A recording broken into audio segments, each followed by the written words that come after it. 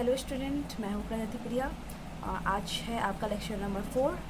जैसा कि आपको पिछले क्लास में मैं बताई थी कर्ल, ग्रेडियंट, डाइवर्जेंस और उसके रिगार्डिंग कुछ एग्जाम्पल को करवाई थी और साथ साथ Gauss divergence theorem, Stokes theorem को पढ़ाई मैं। आई होप आपको वो वीडियो काफ़ी अच्छा लगा होगा, आपको समझ में आया होगा। मैं बता दूँ कि जो भी बच्चे CSIR नीट का प्रिपरेशन कर रहे हैं, जेस्ट का कर रहे हैं, लाइक जैम का, IIT जैम का कर रहे हैं, जेस्ट का कर रहे हैं, उन सभी बच्चों के लिए ये जो टॉपिक है बहुत ही रिलेवेंट है। आज का सेशन बहुत ही रिलेवेंट होने वाला है, बहुत इंपॉर्टेंट होने वाला है। आज का टॉपिक है generalised coordinate, degree of freedom, constant motion and Lagrangian को लिखना सीखेंगे हम लोग। लैग्रेंजियन इक्वेशन ऑफ मोशन क्या होता है उसके बारे में सीखेंगे। फिर उससे रिलेटेड कुछ एग्जांपल्स को हम डिस्कस करेंगे, जिससे कि आपका क्लियर पूरा टॉपिक हो जाएगा। तो पहले मैं जनरलाइज्ड कोऑर्डिनेट के बारे में बताती हूँ। जनरलाइज्ड कोऑर्डिनेट क्या है, या जनरलाइज्ड कोऑर्डिनेट बोलो या वेरिएबल बोलो, ये इसको इस फॉर्म में लिखते हैं Q1 Q2 Q3 QI QN।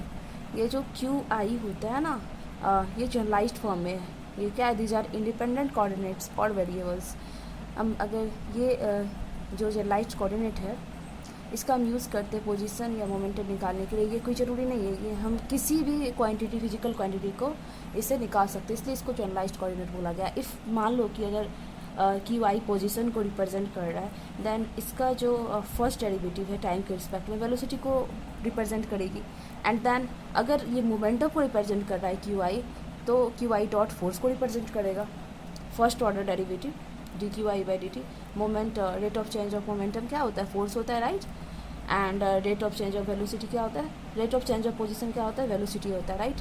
तो यहाँ अगर इफ़ QI एंगुलर मोमेंटम को रिप्रेजेंट कर रही है, तो QI डॉट यानी फर्स्ट ऑर्डर डेरिवेटिव किसको रिप्रेजेंट करेगी, टॉर्क को, है ना।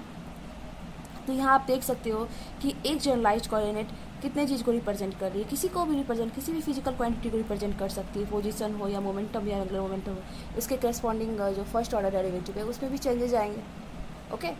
तो इसलिए इस को क्या बोला गया है, जनरलाइज्ड कोऑर्डिनेट बोला गया है।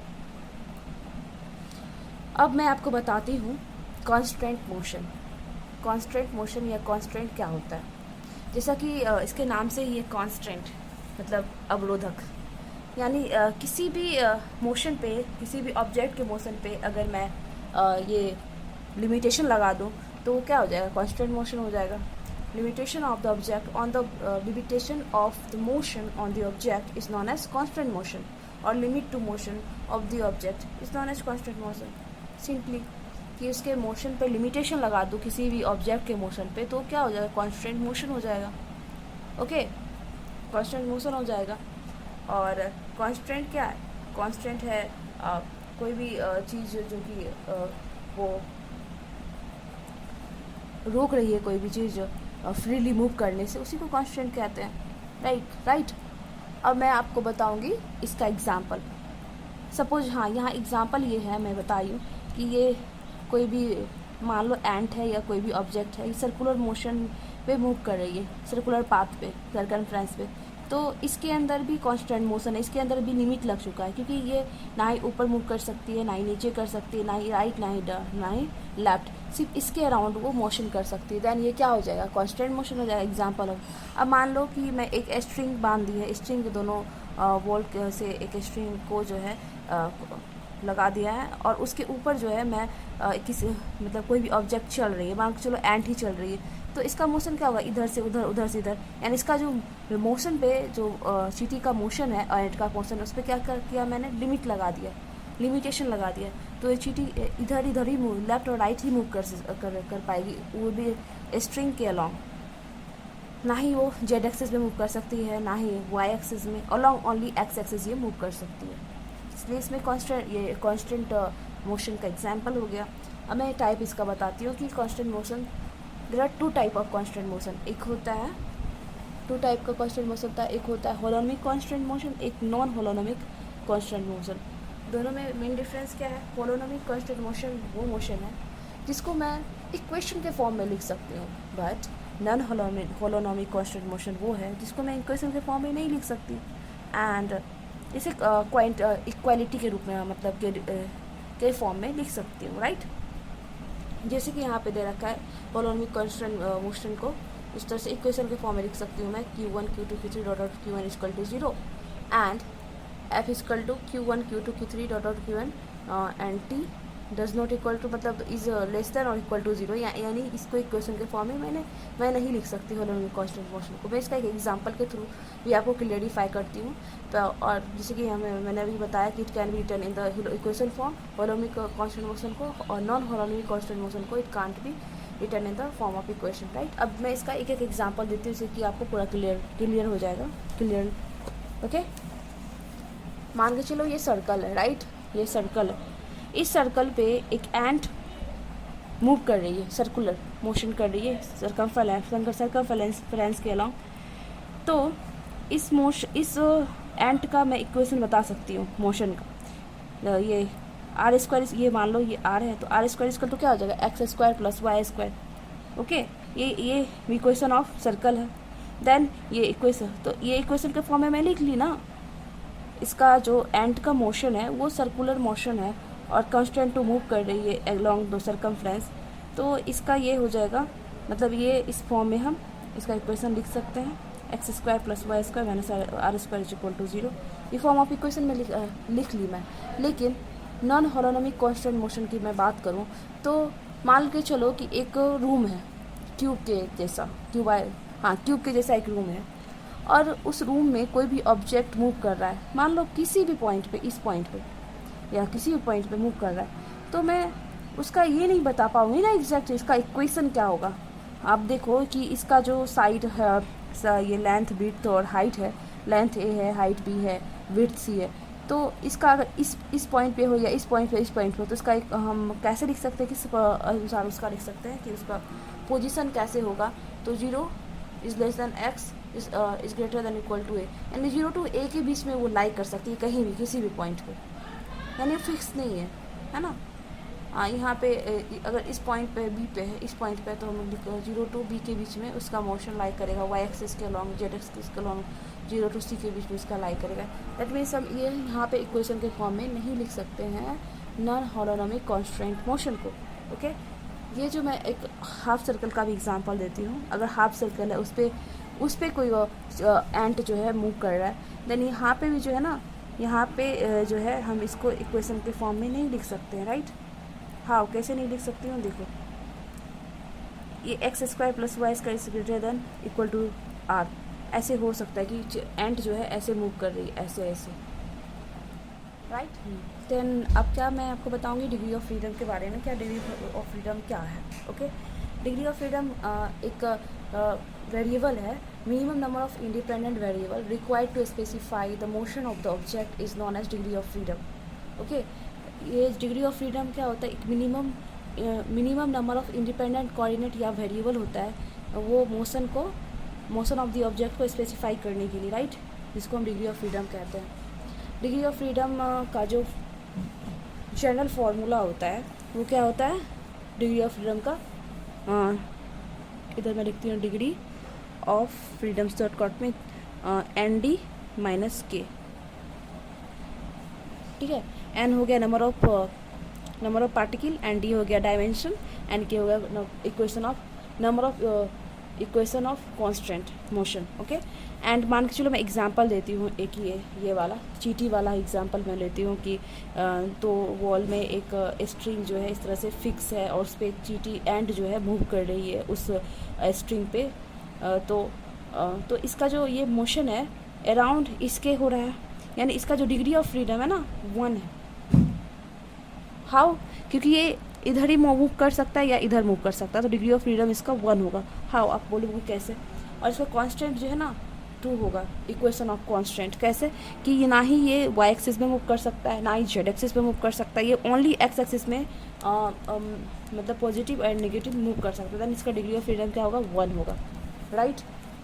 और मैं ये इक्वेशन के थ्रू भी इसको आपको मैं प्रूव कर सकती हूँ। हाउ, जैसे आपको बताया कि इसका कांस्टेंट के जो है 2 होगा, एंड जो डिग्री ऑफ पार्टिकल तो मतलब एक ही ऑब्जेक्ट 1, एंड डायमेंशन आप देख सकते हो कि कौन सा डायमेंशन है, 1 डायमेंशन है ना।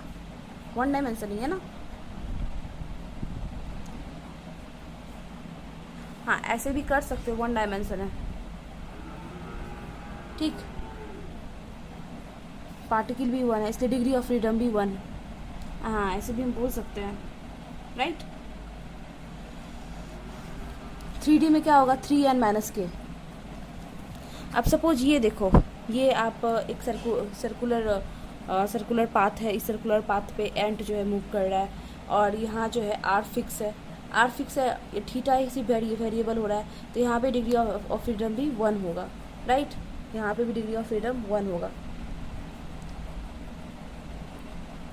जनरलाइज्ड कोऑर्डिनेट, अगर मैं डिग्री ऑफ फ्रीडम की बात करूँ डी डायमेंशन में, तो क्या होता है देखो, ND-k, n is what, n is हो गया आपका number of particle, d is a dimension and k is a what, k is है आपका इक्वेशन ऑफ कांस्टेंट। और ये एग्जांपल मैं बता रही थी, ये है आपका number of particle n and d dimension के number of constant equations. Suppose मान लो कि कोई पेंडुलम है, सिंपल पेंडुलम, वो पीरियोडिक मोशन मूव कर रहा है, पीरियोडिक मोशन में तो ये टू एंड फ्रो मूव कर रहा है अबाउट मीन पोजीशन, राइट। जब ये यहाँ से इस पोजीशन पे गया तो ऐसे ऐसे घुमा, मैं कुछ एंगल थीटा सब्सटेंड किया, अब इसका डिग्री ऑफ फ्रीडम क्या होगा, यहाँ इधर से इधर मूव करेगा, फिर इधर से इधर, ऐसे ऐसे। तो ये आप देख सकते हो यहाँ पे डिग्री ऑफ फ्रीडम क्या होगा। पहले मैं ये बता दूँ कि इसमें नंबर ऑफ कांस्टेंट कितने होंगे। एक तो z=0 होगा कांस्टेंट, अगर 3D में मैं बताऊँ तो। वैसे मैं जो पहला एग्जांपल आपको बताई वो 3D के केस में भी बता सकती थी और 1D के, और वहाँ पे अगर फार्मूला अप्लाई करना हो तो 1D वाले केस में भी हम कर सकते हैं, राइट। लेकिन पहले ये मैं बता देती हूँ, उसके बाद फिर से मैं वो पीछे वाला आपको बताऊँगी। तो यहाँ पे देखो कांस्टेंट क्या है, ये अगर मतलब मैं लूँ ये 3D मान के चलो इस चीज़ को 3D, तो आप देखोगे कि ये जेड एक्सिस भी इसका 0 होगा, राइट। ये मोशन जो है एल फिक्स्ड है, एल का वैल्यू क्या, एल =√x² + y² होगा। यहाँ ओनली वेरिएबल क्या हो रहा है, चेंज क्या हो रहा है, थीटा हो रहा है। थीटा के अबाउट यहाँ थीटा कभी यहाँ ऐसे ऐसे वो घूम रहा है, राइट। मोशन कर रहा है, periodic motion to and fro about mean position. तो यहाँ पे नंबर ऑफ कांस्टेंट कितना हो जाएगा, 1 and 2, राइट, 2 हो जाएगा, यानी कि का वैल्यू 2, डायमेंशन 3 है, तो यानी कि 3 डायमेंशन है, नंबर ऑफ ऑब्जेक्ट 1 है क्योंकि पेंडुलम तो 1 ही है ना, एंड नंबर ऑफ कांस्टेंट क्या है 2 है। देन क्या डिग्री ऑफ फ्रीडम क्या हो जाएगा, 3 × 1 + 3 जो dimension multiply and number of particle 1 - 2 = 1, तो डिग्री ऑफ फ्रीडम क्या होगा, 1 होगा, 1 ही होगा डिग्री ऑफ फ्रीडम, राइट। अब मैं ये वाला एग्जांपल से फिर से आती हूँ, ये स्ट्रिंग वाला एग्जांपल। ये स्ट्रिंग वाला एग्जांपल में मैं बताई कि ना ही ये मोशन x एक्सिस में कर सकता है, ये y एक्सिस में कर सकता है, ना ही z एक्सिस में कर सकता है। 3D अगर मैं मान के चलूँ, ये स्ट्रिंग 3D में है, अगर मैं 1D मान के चलूँ तो 1D में इसका जो है ना एक भी कांस्टेंट मोशन नहीं होगा, क्योंकि ये 1D में जो है ना ये मूव कर ही रहा है, राइट। अगर 3D में मान के चलूँ तब इसका 2 कांस्टेंट होगा, number of 2 constant equation of motion, अगर मैं 3D मान के चलूँ, ओके। 3D मान के चलो, मैं t = 3 मान लेती हूँ, l = 1, और कांस्टेंट आपको बताया कि एक y = 0 होगा, नहीं जा सकता है, दूसरा कि z = 0, ये कहीं भी मूव नहीं कर सकता है, नहीं z एक्सिस में, नहीं y एक्सिस में, ओनली x एक्सिस मूव कर सकता है, तो k = 2 हो गया। तो आप देख सकते हो कि डिग्री ऑफ फ्रीडम 1 ही होगा। अभी मैं आपको बताई 3 × 1 - 2 = what, 1 हो जाएगा, राइट। तो इसके थ्रू भी आप समझ सकते हो। अगर मैं 1D मान के चलूँ तो यहाँ पे नंबर ऑफ कांस्टेंट जो है ना 0 होगा, कुछ भी नहीं होगा, 1D अगर मान के चलूँ तो। अब ये मतलब मैं सर्कुलर मोशन वाला भी बता दी कि इसमें भी डिग्री ऑफ फ्रीडम 1 होगा। इसका हाउ कैसे होगा 1, क्योंकि यहाँ पे सिर्फ थीटा ही वेरिएबल हो रहा है, बाकी आर फिक्स है, ओके। आर फिक्स है, अलॉन्ग जेड एक्सिस भी फिक्स है, तो इसमें भी कितना होगा, इसमें भी दो होगा कांस्टेंट मोशन एंड 1 पार्टिकल है, 3D है, तो इसका भी डिग्री ऑफ फ्रीडम 1 होगा, राइट। वही 3D में मैं बता दी 3n - k यानी जो number of particles, okay, and ये नंबर ऑफ कांस्टेंट इक्वेशंस। अब एक और एग्जांपल मैं देती हूँ, चलो ये यहाँ पे मैं क्वेश्चन बताती हूँ। When an object freely move the space find the degree of freedom. An object, अगर एक ऑब्जेक्ट फ्रीली मूव कर रहा है स्पेस में तो उसका डिग्री ऑफ फ्रीडम क्या होगा, अगर कोई भी ऑब्जेक्ट फ्रीली मूव कर रहा है स्पेस में, एक ऑब्जेक्ट, तो उसका डिग्री ऑफ फ्रीडम क्या होगा, n=1 हो गया, राइट, n=1 हो गया। डायमेंशन, क्योंकि फ्री स्पेस है तो डायमेंशन ऑब्वियसली ये 3 होगा। एंड मोशन, अगर मैं कांस्टेंट मोशन का बात करूँ तो उस पर कोई भी मोशन थी लिमिटेशन नहीं लगा है, कोई भी कांस्टेंट मोशन नहीं है, तो उसका कांस्टेंट मोशन क्या होगा, नंबर कांस्टेंट मोशन इस 0 होगा। देन हम वो अप्लाई करेंगे फॉर्मूला डिग्री ऑफ फ्रीडम का। क्या है डिग्री ऑफ फ्रीडम का फॉर्मूला, है आपका N D minus K, N number of particle, D dimension, N हो गया 1 और डी डायमेंशन 3 और ये 0। तो degree of freedom for one particle when it is moving in free space, तो देन डिग्री ऑफ फ्रीडम क्या हो जाएगा फॉर वन ऑब्जेक्ट के लिए 3 हो जाएगा। Okay, it's very simple. अगर 2 ऑब्जेक्ट हो और वो भी फ्रीली मूव कर रहा हो, अब ये हो सकता है कि दो ऑब्जेक्ट अलग अलग मूव कर रहा हो, या फिर दोनों एक साथ मूव कर रहा हो, या मॉलिक्यूल्स का 2 ऑब्जेक्ट अगर पार्टीशन लगा है तो उसमें एक आ सकता। अगर n=2 हो, अगर 2 मॉलिक्यूल या 2 ऑब्जेक्ट फ्री स्पेस में मूव कर रहा है, तब उसका डिग्री ऑफ फ्रीडम क्या होगा, तो फ्री स्पेस में मूव कर रहा है इसका मतलब d=3 होगा, और उसके अंदर उसके ऊपर कोई लिमिटेशन या कोई भी किसी भी तरह का कॉन्स्टेंट मोशन नहीं है, तो देन k=0 होगा। तो डिग्री ऑफ फ्रीडम क्या हो जाएगा, 2 × 3 - 0 6 हो जाएगा, सिंपल। डायटोमिक, अगर 2 ऑब्जेक्ट एक स्ट्रिंग से बंधा हुआ है तो उसका डिग्री ऑफ फ्रीडम 5 हो जाएगा। क्यों देखो फ्री स्पेस में, क्योंकि यहाँ पे k=1 हो जाएगा, तब उसका क्या हो जाएगा 2 × 3 - 1 = 5 डिग्री ऑफ फ्रीडम हो जाएगा, अगर 2 ऑब्जेक्ट के बीच में एक बाउंडेशन लगा हो तो। ओके, अब मैं आपको बताऊंगी लैग्रेंजियन के बारे में। लैग्रेंजियन क्या है, लैग्रेंजियन है काइनेटिक एनर्जी और पोटेंशियल एनर्जी का डिफरेंस है। लेकिन कभी कभी हम लोग बोलते हैं कि काइनेटिक एनर्जी और potential energy different coordinate system है, मतलब पता करते हैं। और लैग्रेंजियन, अगर मैं किसी भी सिस्टम का लैग्रेंजियन निकाल लेती हूँ तो उसका मैं इक्वेशन ऑफ मोशन भी फाइंड कर सकती हूँ। इक्वेशन ऑफ मोशन अगर फाइंड हो गया, इक्वेशन ऑफ मोशन फाइंड होने के बाद मैं किसी भी टाइम में उसके पोजीशंस को डिटरमाइन कर सकती हूँ, उसके एक्सलेरेशन को डिटरमाइन कर सकती हूँ, उसके पोजीशन को एंड वेलोसिटी को भी डिफाइन कर सकती हूँ, मतलब फाइंड कर सकती हूँ अगर इक्वेशन ऑफ मोशन मुझे पता चल गया तो। मैं बताऊंगी कंजर्वेटिव सिस्टम के लिए लैग्रेंजियन इक्वेशन ऑफ मोशन क्या होगा। एंड नॉन कंजर्वेटिव सिस्टम उतना इम्पॉर्टेंट नहीं है, मैं आपको नेक्स्ट वीडियो लेक्चर में नॉन कंजर्वेटिव सिस्टम के लिए लैग्रेंजियन इक्वेशन ऑफ मोशन लिखना सिखाऊंगी। फ़िलहाल मैं अभी कंजर्वेटिव सिस्टम के लिए लैग्रेंजियन इक्वेशन क्या होता है वो बताती हूँ। तो लैग्रेंजियन इक्वल टू क्या होगा, T - V, T is what, T is kinetic energy, V is potential energy, और L लैग्रेंजियन किसका फंक्शन है, पोजीशन। ये जनरलाइज्ड कोऑर्डिनेट कुछ भी हो सकता है, पोजीशन की जगह यहाँ पे मोमेंटम भी दे देगा, या फिर एंगुलर मोमेंटम भी दे सकता है, कुछ भी दे सकता है, इसलिए जनरलाइज्ड फॉर्म है। फिर QI है, QI डॉट का फॉर्म है, एंड T का ये मतलब इतना ये कोऑर्डिनेट है, इसका वेरिएबल होता है। तो इसका मतलब कंजर्वेटिव सिस्टम में लैग्रेंजियन इक्वेशन ऑफ मोशन क्या होगा, तो ये होगा dy/dt del L अपॉन में del QI dot minus del L upon में del T is equal to 0। ये लैग्रेंजियन इक्वेशन ऑफ मोशन है, राइट। कभी कभी अब आजकल एग्ज़ाम में एक और मतलब फॉर्म पूछा गया है कि पूछ दिया है कि लैग्रेंजियन मतलब कि अगर दे रखा है QI के फॉर्म में एंड QI डॉट के फॉर्म में एंड QI डबल डॉट के फॉर्म में एंड T के फॉर्म में, तब लैग्रेंजियन क्या होगा, लैग्रेंजियन इक्वेशन ऑफ मोशन। ये तो बहुत ही डिफिकल्ट टास्क है, क्योंकि ये मैक्सिमम बुक में नहीं दिया हुआ है, लेकिन इसका ये रिजल्ट होगा जब काफ़ी स्पेसिफाई करके पता किया गया, मतलब वेरिफिकेशन किया गया, तो इसका ये इक्वेशन बन के आया कंजर्वेटिव सिस्टम के लिए लैग्रेंजियन इक्वेशन ऑफ मोशन क्या, ये बताती हूँ मैं। dy/dt हो जाएगा del L upon del Q dot minus double dot minus dy/dt del L upon में del QI dot plus del L upon में del T, sorry del upon में ये del QI होगा, sorry I am so sorry for mistake, यहाँ QI dot होगा, आप correct कर लीजिएगा, यहाँ पे QI हो जाएगा इज इक्वल टू 0। अगर यहाँ पे 4 ये वेरिएबल दे रखे हों QI dot, QI double dot and T, तो ओके।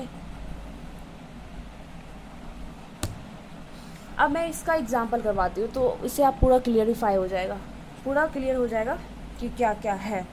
ओके, मैं सिंपल पेंडुलम का एक एग्जांपल लेके आपको बताती हूँ।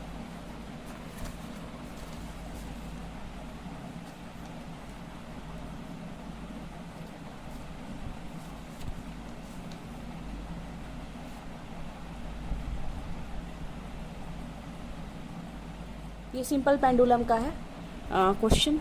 ये मैक्सिमम बार को आता भी है, यूनिवर्सिटी के एग्ज़ाम में भी आया हुआ है, और कभी कभी आपके जेस्ट और टिफर और IIT JEM वगैरह सब में भी पूछ लिया जाता है। ये क्वेश्चन बहुत ही इंपॉर्टेंट है। इस क्वेश्चन से आपको समझ में आ जाएगा कि लैग्रेंजियन कैसे लिखते हैं, हैमिल्टोनियन कैसे लिखते हैं। पहले मुझे टी काइनेटिक एनर्जी और पोटेंशियल एनर्जी लिखना आ जाएगा, तो आप लैग्रेंजियन आराम से लिख लोगे, दैन तब इक्वेशन ऑफ मोशन लिखने में कोई प्रॉब्लम ही नहीं है।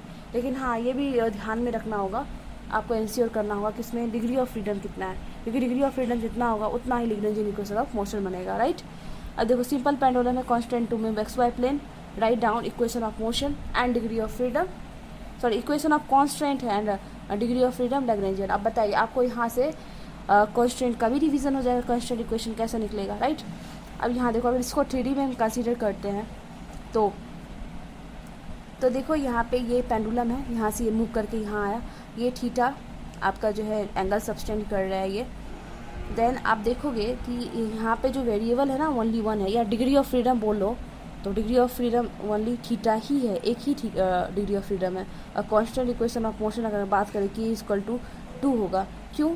क्योंकि ये L फिक्स है और Z इक्वल टू 0 है, ये कोऑर्डिनेट है, Z 0 है, Z इक्वल टू 0 है एंड आपका L फिक्स है, इसलिए यहाँ पे 2 डिग्री, ये इक्वेशन ऑफ कांस्टेंट है 2, डिग्री ऑफ फ्रीडम थीटा है 1, ओनली 1 डिग्री ऑफ फ्रीडम है, यानी कि एक है डिग्री ऑफ फ्रीडम, और उसके अलॉन्ग मुझे लैग्रेंजियन लिखना है।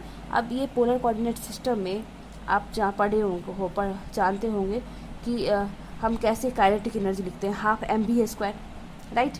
क्योंकि यहाँ पे मैं डायरेक्ट लिख रही हूँ, उसके बाद फिक्स क्वांटिटी को एलिमिनेट कर दूँगी, ये क्या हो जाएगा, ये L² plus L² theta dot square, right. ये 2D है, इसलिए मैं 2 वेरिएबल में लिखी हूँ L और थीटा, लेकिन यहाँ पे जो L है ना फिक्स्ड है, इसलिए ये 0 हो जाएगा, ये सॉरी L डॉट स्क्वायर होगा, ये 0 हो जाएगा क्योंकि ये कांस्टेंट है ना L, इसलिए। तो यहाँ theta is only variable, so kinetic energy क्या हो जाएगा, T equal to half mL² theta dot square and potential energy what, potential energy हो जाएगा mg और ये हो जाएगा L इंटू में 1 माइनस कॉस थीटा। ये मैं करूँगी तो आपको पता चल जाएगा, ये डिस्प्लेसमेंट है, यहाँ से मैं निकाल सकती हूँ mg L माइनस ये जो डिस्टेंस है पेंडुलम का, यही तो पोटेंशियल एनर्जी का होगा, ये वाला, ये डिस्टेंस क्या होगा, ये पूरा का पूरा L है, और ये छोटा सा जो मैं बनाऊँगी ये कॉस थीटा हो जाएगा,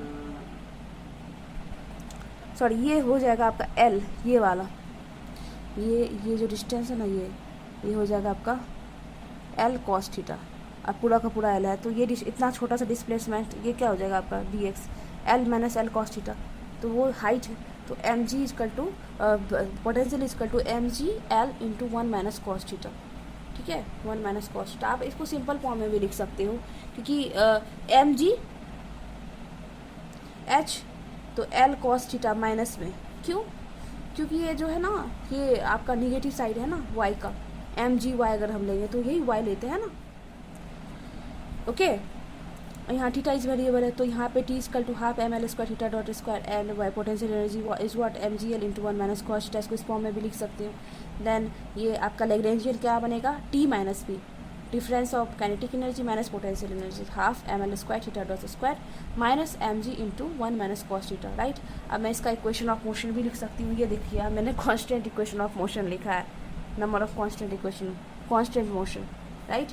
ये आपका लैग्रेंजियन इक्वेशन क्या बनेगा, del by del T D by D T, मतलब first derivative total of del L upon del theta dot minus del L upon del theta is equal to 0, ठीक है। तो मैं यहाँ पे पुट कर दूँगी उसका वैल्यू, यहाँ तो ऐसे लैग्रेंजियन लिखने तक ही बोला गया है, इक्वेशन ऑफ मोशन में आगे प्रोसीड करती हूँ, रुकिए ए वेट।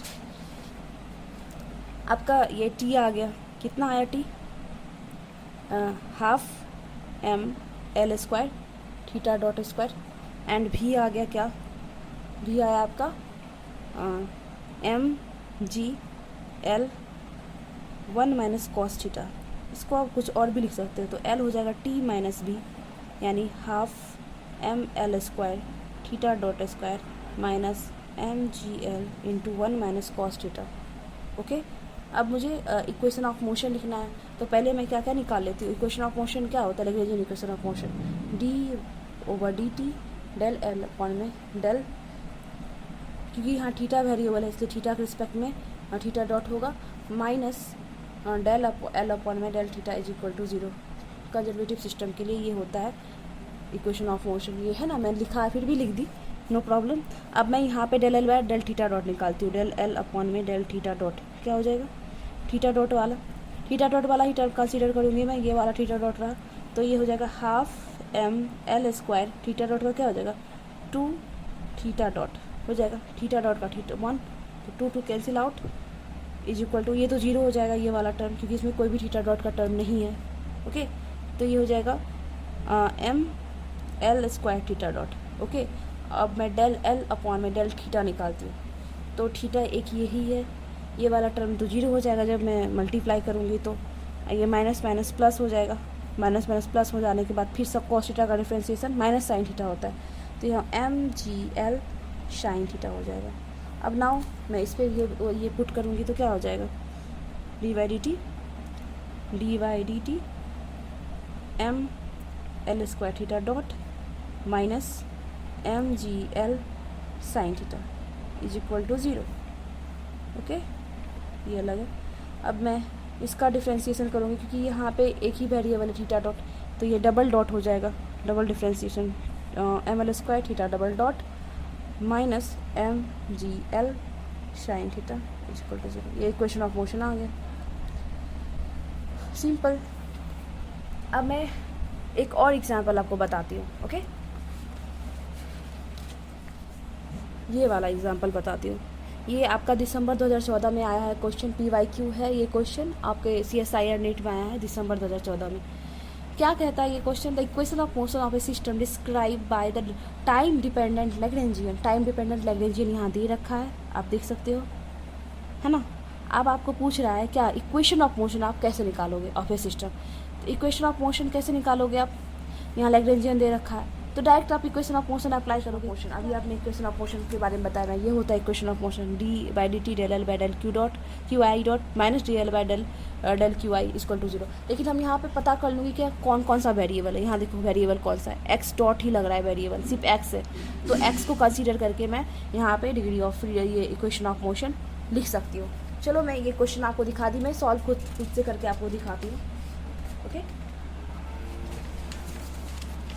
लैग्रेंजियन दे रखा है, लैग्रेंजियन क्या है आपका दे रखा है, एल इक्वल टू क्या है एक्सपोनेंशियल गामा टी इंटू में half M X dot square minus B X, ये दे रखा है। और फाइंड क्या करने के लिए करा है, लैग्रेंजियन इक्वेशन ऑफ मोशन। लेकिन पहले मैं क्या करती हूँ, उसको सिंप्लीफाई कर लेती हूँ, राइट।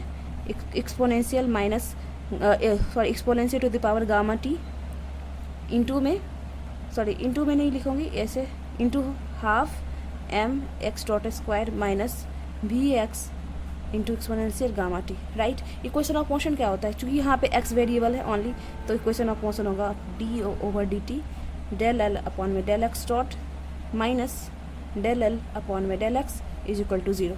ये है इक्वेशन ऑफ मोशन। मैं इसको इक्वेशन 1 मान लेती हूँ। ओके, अब मैं निकालती हूँ डेल एल अपॉन में del X dot, del L upon में डेल एक्स डॉट, ये क्या हो जाएगा आपका, ये गामा टी है, एक्स डॉट के रिस्पेक्ट में पार्शियल डेरिवेटिव है, ये ध्यान रखिएगा, डिफ्रेंसिएशन है, तो पार्शियल डिफ्रेंसिएशन ही यहाँ मैं करूँगी, तो क्या हो जाएगा ये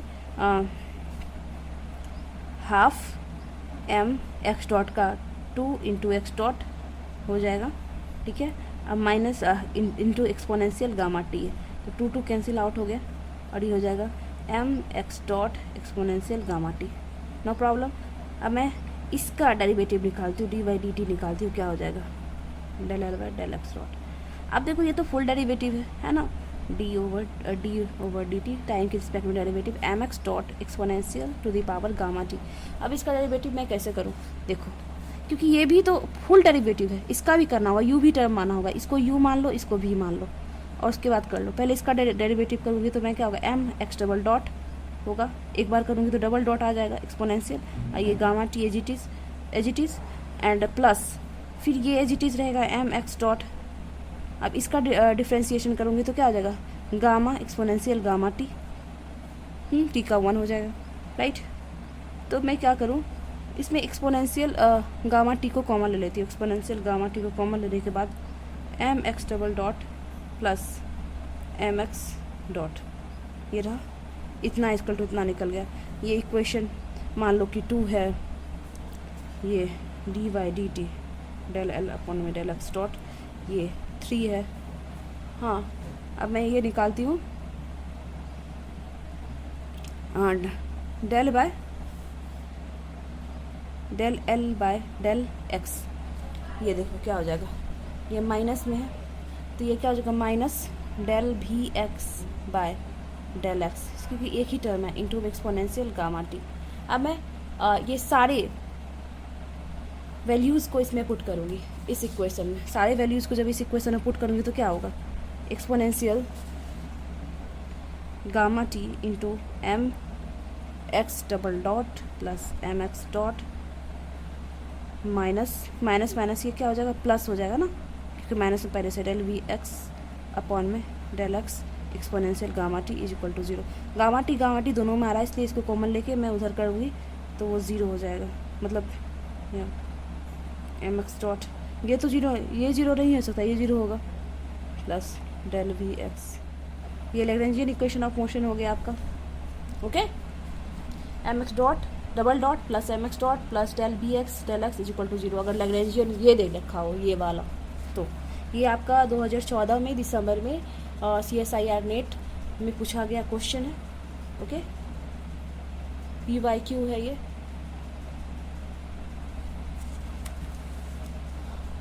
देख लो आप उसका सॉल्यूशन।